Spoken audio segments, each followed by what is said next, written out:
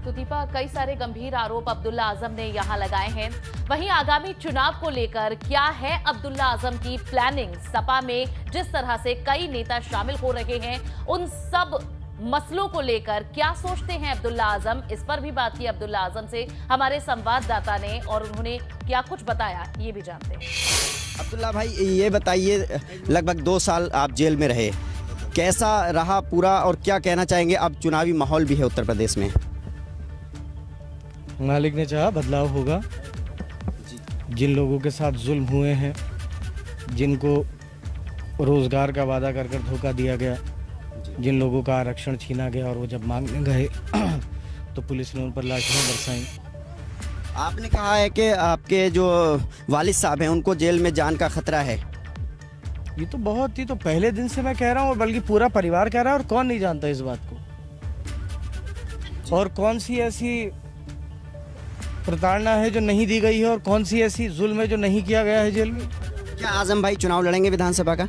अब ये पार्टी का फैसला है, मैं इसमें कुछ नहीं कह सकता। आपका क्या इरादा है? इस बार विधानसभा चुनाव शुरू हो चुका है, दूसरा फैसला होगा, तैयारी है आपकी? जो पार्टी का फैसला होगा।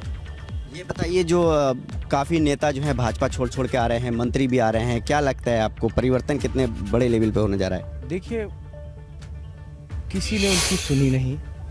उनके साथ जैसे स्वामी प्रसाद मौर्य जी हैं, बहुत बड़े कद के आदमी हैं, बहुत बड़े नेता हैं, ज़मीनी नेता हैं, पुराने नेता हैं, और वो ये कह रहे हैं कि कमज़ोरों की और गरीबों की आवाज़ को दबाया जा रहा है। तो भाई, जब ऐसा होगा तभी तो इनकलाब आएगा, तभी बदलाव आएगा। अभी क्या रणनीति रहेगी आपकी? क्या आने वाले दिनों में अखिलेश यादव जी के साथ में मंच साझा करेंगे? मैं अभी तो कुछ मुझे मालूम नहीं, मैं तो जेल से निकला हूँ। ये लोगों की मोहब्बत है, सब लोग यहाँ आए हैं। अब घर जा रहा हूँ, उसके बाद देखूंगा क्या होगा। क्या माना जाए, इस बार की जो लड़ाई है समाजवादी पार्टी की, वो किस स्तर पे रहने वाली है, और क्या चुनावी जो तैयारी? मैं कुछ नहीं कह सकता। मैं तो 23 महीने बाद, जिसे कहते हैं कि तन्हाई बैरिक, उससे निकला हूँ, जहाँ पर अकेले रखा जाता है। बहुत बड़े माफिया हों या बहुत बड़े आतंकवादी हों, तो वहाँ से निकल के आया हूँ। अभी क्या बाहर का माहौल बता सकता हूँ, तो ये भी नहीं पता क्या चल रहा है। वालदा साहिबा भी आपके साथ अरसे तक रहीं जेल में, किस तरह का माहौल था, किस तरह का बर्ताव? जुल्म हो सकता है, और जितना जुल्म कोई तसव्वुर कर सकता है वो हुआ। किस तरह का खतरा आजम खान साहब को, किस तरह का खतरा हो सकता है? दिन कोविड होने के बावजूद भी अस्पताल नहीं भेजा गया, ये इनडायरेक्टली उनकी जान को खतरे में डालने वाली बात नहीं थी। और यूपी की जेलों के जो हालात हैं, यूपी की जेल में हथियार जाते हैं, मर्डर हो जाते हैं, किससे छुपा हुआ है? किससे छुपा हुआ है?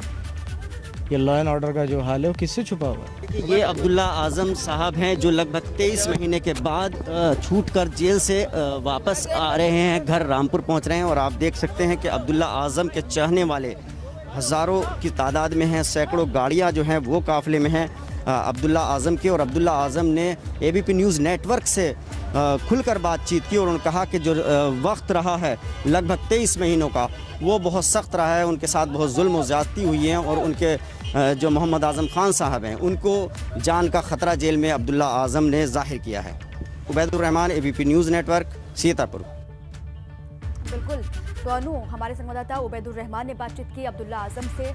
बेहद तल्ख शब्दों में उन्होंने सरकार को घेरा है, कई आरोप भी लगाए हैं, पुलिस पर भी कई आरोप लगाए हैं, और अब किस तरीके से चुनाव में वो आगे बढ़ते हैं उस पर लगातार नजर होगी।